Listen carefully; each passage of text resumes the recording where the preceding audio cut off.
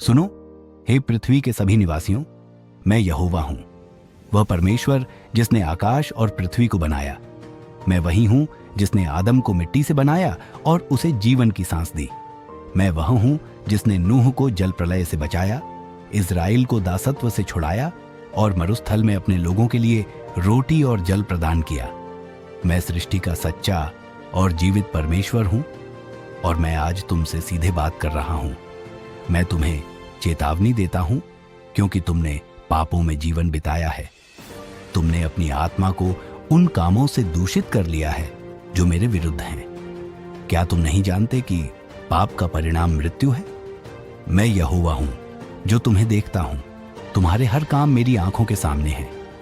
तुम सोचते हो कि जो तुम अंधकार में करते हो उसे कोई नहीं देखता, लेकिन मैं यहोवा तुम्हारे हर कदम पर दृष्टि रखता हूं, क्योंकि मेरे लिए कोई चीज छिपी हुई नहीं है। मैं अंधकार को भी प्रकाश के समान देखता हूं। भजन संहिता 139:12। तुम्हारे मन की हर इच्छा, तुम्हारे गुप्त विचार, तुम्हारी योजनाएं, सब कुछ मेरी दृष्टि में है। दाऊद एक साधारण चरवाहा था, लेकिन उसने मेरी महिमा की खोज की। वह मेरे नाम पर चलता था और मेरे मार्गों पर विश्वास करता था।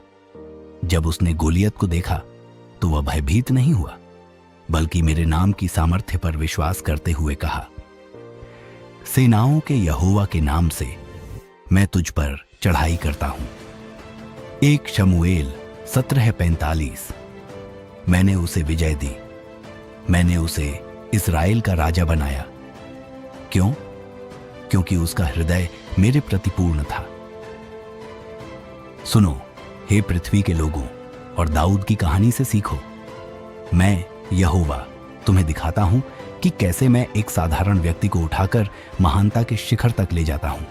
परंतु याद रखो, यह मेरी योजना और मेरे उद्देश्य से होता है। दाऊद एक साधारण चरवाहा था। उसका परिवार इज़राइल के सबसे छोटे और साधारण गोत्रों में से एक था। उसके पिता यिशै के कई बेटे थे, लेकिन दाऊद उनमें सबसे छोटा और सबसे तुच्छ माना जाता था। जब शमूएल मेरे नबी यिशै के घर गए तो उन्होंने सोचा कि यिशै के बड़े और बलिष्ठ पुत्रों में से किसी को मैं राजा चुनूंगा। पर मैंने कहा, मनुष्य बाहरी रूप को देखता है, परंतु यहोवा हृदय को देखता है। 1 शमूएल 16:7। दाऊद के पास न तो दौलत थी न ही शक्ति। वह जंगल में भेड़ों की देखभाल करता था, लेकिन उसका हृदय मेरे प्रति पूर्ण था। वह अपने हर काम में मेरी महिमा करता था। दाऊद भेड़ों की देखभाल करते हुए अकेले समय बिताता था, लेकिन वह खाली समय नहीं बिताता था। उसने उस समय का उपयोग मेरे साथ संगति करने में किया। वह मेरे लिए भजन गाता था, अपनी बांसुरी बजाता था और मेरे वचन का चिंतन करता था। जब जंगली जानवर भेड़ों पर हमला करते तो वह डरता नहीं था। उसने शेर और भालू को मार गिराया। यहोवा जिसने मुझे शेर और भालू के पंजों से बचाया, वही मुझे हर शत्रु से बचाएगा। 1 शमूएल 17:37। फिलिस्तियों ने इज़राइल पर आक्रमण किया और उनका योद्धा गोलियत हर किसी को डराता था। गोलियत विशाल और बलशाली था। वह सेना को चुनौती देता था और इज़राइल का कोई योद्धा उसका सामना करने की हिम्मत नहीं करता था। लेकिन दाऊद, जो केवल एक लड़का था, मेरे नाम पर खड़ा हुआ। उसने गोलियत से कहा, तू तलवार, भाला और ढाल लेकर आता है, परंतु मैं सेनाओं के यहोवा के नाम से तुझ पर आता हूं। 1 शमूएल 17:45।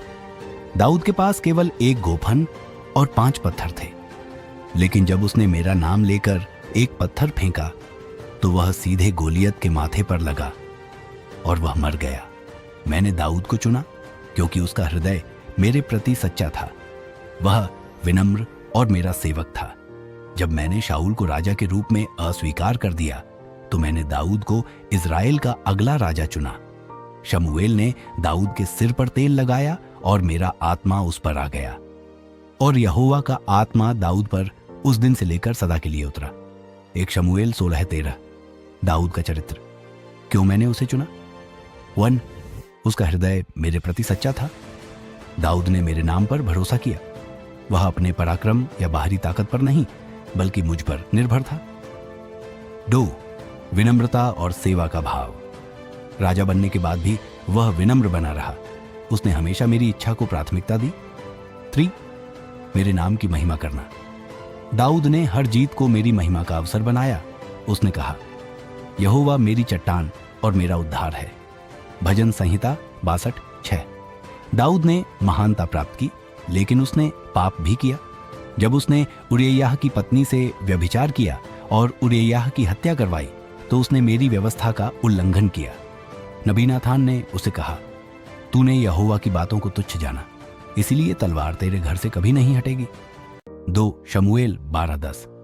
लेकिन दाऊद ने अपने पाप को स्वीकार किया और पूरे हृदय से पश्चाताप किया। उसने मुझसे कहा, हे परमेश्वर, मुझ पर दया कर, मेरे पाप को मिटा दे, मेरा शुद्ध हृदय बना और मेरी आत्मा को नया कर।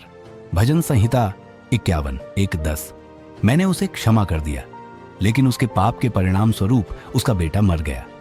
मैंने दाऊद को मामूली चरवाहे से राजा बनाया, क्योंकि उसका हृदय मेरे प्रति सच्चा था। लेकिन जब उसने पाप किया, तो मैंने उसे न्याय का स्वाद छकाया।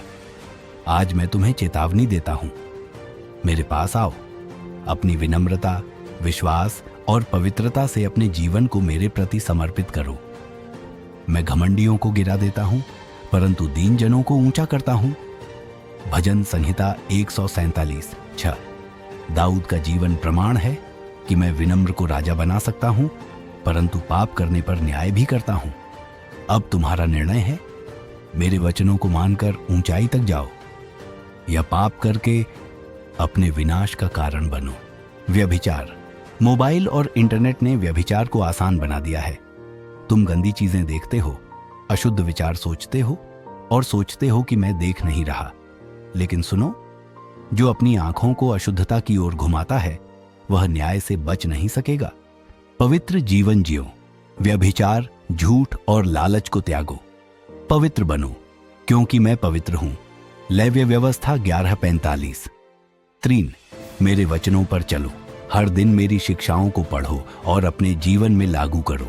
तेरा वचन मेरे पांव के लिए दीपक और मेरी राह के लिए उजियाला है। भजन संहिता 119:5। अंतिम चेतावनी। मैं न्याय करने आ रहा हूं। सुनो, हे मनुष्यों, समय बहुत निकट है। मैं यहोवा न्याय के लिए आ रहा हूं। हर व्यक्ति को उसके कर्मों का हिसाब देना होगा। देखो, मैं शीघ्र आने वाला हूं और हर एक को उसके काम के अनुसार प्रतिफल दूंगा। प्रकाशित वाक्य 22:12। जो मेरी बात सुनेंगे और मेरी राह पर चलेंगे, वे अनंत जीवन पाएंगे, लेकिन जो मेरी बात को अनसुनी करेंगे, वे अनंत दंड के पात्र होंगे। अब निर्णय तुम्हारे हाथ में है। 1. जीवन का मार्ग चुनो, जो मेरे वचनों के अनुसार है। 2. या मृत्यु का मार्ग, जो पाप और अविश्वास का है। मैंने तुम्हारे सामने जीवन और मृत्यु रखी है। जीवन को चुनो ताकि तुम जीवित रहो। व्यवस्था विवरण 30:19। मैं यहोवा आज तुम्हें बुला रहा हूं। मेरे पास लौट आओ और मैं तुम्हें नई शुरुआत दूंगा। मेरे मार्ग पर चलो और तुम मेरा आशीर्वाद प्राप्त करोगे।